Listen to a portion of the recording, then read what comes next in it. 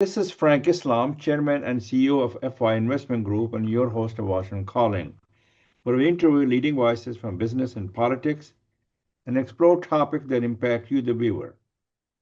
Today, we have a distinguished guest who's a Nobel Peace Prize winner with Al Gore, and he is a distinguished. He's fantastic. He's a shining city upon a hill. And you know, Al Gore, boss, President Clinton, is one of my best friends.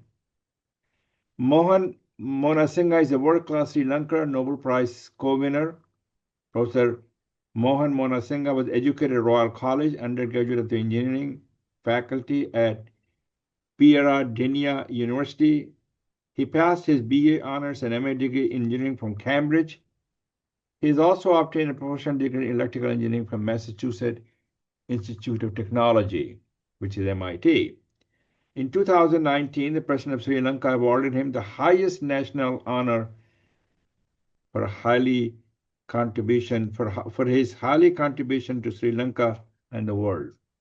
Thank you for coming to our show, and welcome to our show, sir.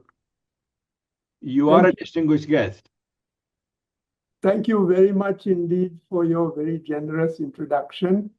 And it is my privilege and pleasure to be on your show, which is which reaches actually a worldwide audience. So thank you very much for inviting me.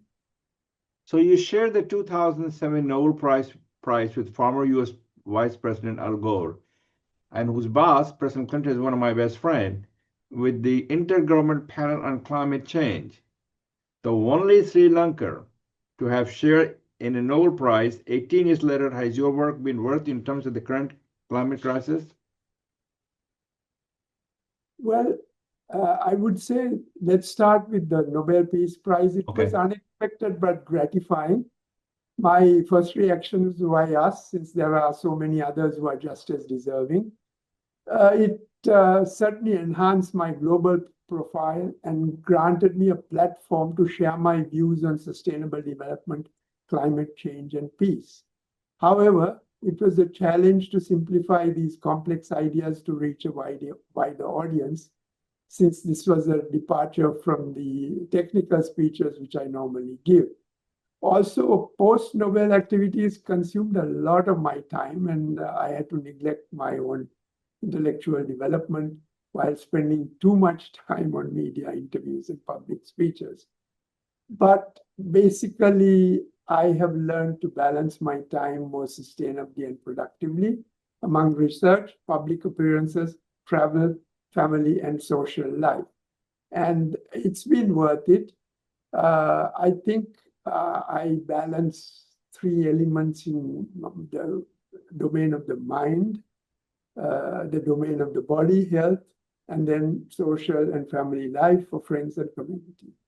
I also think that it is my personal mission to pass on the torch to the next generation. Very well said, sir. Pass on to the next generation of the people, your torch. Yeah, exactly. I would say basically that my generation owes an apology to future generations, because we are leaving them a world that is more damaged, divided, and dangerous. But I have faith in the youth to lead the way forward if they learn from the past and do not repeat our mistakes. If they learn from the past. Now, my question to you, you have children, right? Yes, I do. And you have a wife? Yes, of course. Who's brilliant, as I understand. Well, she's a former Sri Lanka tennis champion and has won medals in Asian Games and all kinds of things. So she's also very successful in her own way professionally. And Sri Lanka is a very small country. Yes, that is correct. Small, but hopefully a nice place to live, and will be able to, I think, do well in a turbulent world in the future. We'll talk about that. That's a good way to put it. That's a very well said. So President Trump has called the climate crisis a hoax. Even Bill Gates has now said it is not necessary to take an alarmist view of the climate crisis. What's your reaction to that? What do you think of this? Well, let me, I think that was not a question which which was in the list you gave me, but nevertheless, let me just say that from my point of view, I've worked with the Intergovernmental Panel on Climate Change for 3 decades, which involves literally tens of thousands of the top climate scientists and also development scientists, as well as many other disciplines. And our collective finding, our collective wisdom is that climate change is in fact real. It is caused by excess of greenhouse gases, carbon specifically, which have been put up there in the atmosphere during the process of human development over the last, especially over the last 300 years since the Industrial Revolution. The second key point, and I'm summarizing a huge body of results in a very summary, in a very short way. The second key point is that if we persist and climate change gathers momentum, basically sea level rise, also temperature rise, which is close to 1.3% compared to the norm now. And if it reaches 1.5%, we will be getting into the danger zone. I understand that with the current trajectory of emissions that we now have, we will probably be aiming for 3% of degrees by the year, the end of this century. So that is not a very good prospect, and it will mean that we will have quite severe impacts. And there is an element of climate injustice here, because the people who suffer the most will be the poorest and the disadvantaged, mainly in the developing countries, but also the poor in the richer countries. That's also a true statement. Very well said. Why is it an injustice? Because it's the rich who put the carbon up there, and it's the poor who will suffer the most. But I will offer a ray of hope, and we'll discuss that hopefully in the next question. That is, if we follow the path of sustainable development and something I call balanced, inclusive green growth, then we can solve not only the climate change issues, but also the other problems that beset us, like poverty and hunger and ill health and all the other issues that face us together.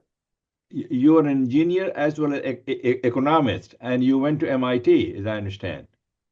Yes, Cambridge was my first port of call, so to speak.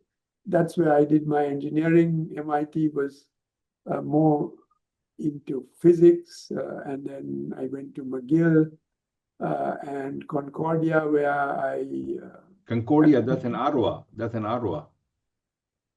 That's in Montreal, actually. Oh, well, it's close to Ottawa, right? Yeah. So but basically, I've done not only engineering and physics, but also economics, development economics. So it's a blend of disciplines. You are a shining city upon a hill in Sri Lanka and all over the place, all over the world. Can you briefly explain the framework that you have developed that applies transdisciplinary thinking to make development more sustainable? Also, what do you think of the novel idea of Millennium Consumption Goals? Right. Let me start by saying the 2021 Blue Planet Prize jury, who awarded me that prize, said that Sustainomics and something called Balanced Inclusive Green Growth, BIGG for short, were in fact seminal contributions to sustainability thinking. Let's review exactly what it says as briefly as possible. I originally proposed this framework at the 1992 UN Rio Earth Summit and to make development more sustainable. The core concept to understand is that there is a sustainable development triangle, which we must harmonize. What is the triangle? We need economic prosperity to raise the poor out of poverty. We need environmental protection, and we need to socially share the benefits through empowerment and inclusion. So economy, environment, and society. This triangle is also the basis for the 17 Sustainable Development Goals, which were universally adopted in the UN in 2015, and then the BIGG model, which I mentioned. I think that BIGG is the way to implement the 17 Sustainable Development Goals. And I think some countries have started this process, but we are a little behind on the Sustainable Development Goals partly because of COVID-19, but also because of geopolitics, which we can get into if you like later on. Okay. So you were awarded the highest national honor by the President of the Sri Lanka for your contribution to Sri Lanka and the world. As a small country of 20 million people, how do you see Sri Lanka's place in the world today? Let's start the Sri Lankan award. I think that was received because I served as a senior advisor to every government for the past 40 years, pro bono. And it has not so much to do with sustainability, but just service to the country. On the question of the position of Sri Lanka and this organization called Asian Geopolitical Sustainability and Peace Council, AGSPEC, which we formed quite recently, I think what we feel is that Sri Lanka commands one of the most critical geostrategic positions because it's astride the busiest sea lanes of communication between East and West. So we at this organization called AGSPEC believe Sri Lanka can leverage its position to enhance our diplomatic influence in a very beneficial way for the world. I think we can work with other Asian countries to strengthen our collective interest to pursue both regional and global stability, sustainability, trade, and of course, peace. But I would caution that at this time, the economic geopolitical center of gravity is shifting away from the West towards Asia. Right. And the strategic competition between major powers is interfering with our progress towards what we call the Earth eco-civilization of the 21st century, where we will have achieved sustainability. We can go into that a little more if you like, but there is a transformation underway from a unipolar world to a multipolar world. So before it was Western dominated, I would say basically US and NATO led. Now there are multiple centers of power, and in a way, it is a step forward, I believe, towards progress, peace, prosperity, and sustainability. But the transition will be a rocky one. So you are the president of the newly established Asian Geopolitical Sustainability and Peace Council. a Colombo-based think tank that is centered on finding a greater voice for Sri Lanka. So my question to you is, what are the goals and objectives of this new think tank? What are you trying to accomplish? Well, firstly, I think from a Sri Lankan point of view, we want Sri Lanka to benefit from its geostrategic position, as I said, and play a more active role in building a more peaceful and sustainable and prosperous world. But also, as I mentioned, it can ease the critical transition that is taking place. Basically, if you look at GDP, the BRICS plus group, Brazil, Russia, India, China, South Africa, and other countries, generate 44% of global GDP, whereas G7, the Western coalition, is only 27%. And this disparity is growing. So this economic transition of power from West to BRICS is underway, but there is some resistance from the West. As you can see, there are all kinds of tariff wars, economic sanctions, and even occasionally military force. So this is not conducive to promoting sustainable development. And I think expect by mobilizing Asian nations, and particularly South Asian nations, can ease this transition. And if you look at I'll give you one statistic which is quite startling. Global military expenditures are more than $2 trillion, not billion, 2 trillion, $2,000 billion per year. Whereas the amount of money that we spend for anti-poverty programs is less than 1/10 that amount. So we are spending 10 times more to destroy rather than to save. And I think the global South, which is actually supporting the BRICS, would like that transition to a multipolar world. I think this is the way to go, and expect can help to make that transition so that the global South in particular can better protect their sovereignty and dignity. They can forge their own roadmap to follow not only economic prosperity, but environmental protection and social inclusion and development according to that sustainable development triangle. And Sri Lanka can also play a good role. What do you think of Sri Lanka's ties with the Trump administration? Has it been affected by the Trumpinian tariffs in any way?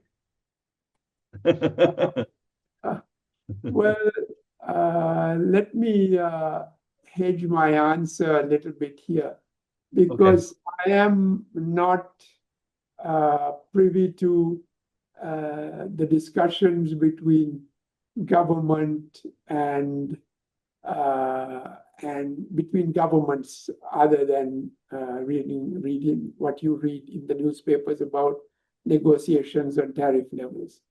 I don't think Mr. Trump, as he pursues his geopolitical agenda, will pay much attention to Sri Lanka at all. And so I would focus a little bit more on basically Asia and how Asia can play a role in this, what is going on here. So first is, I think if you look at, remember the recent Shanghai Cooperation Organization Summit, which is in early October in Tianjin, China.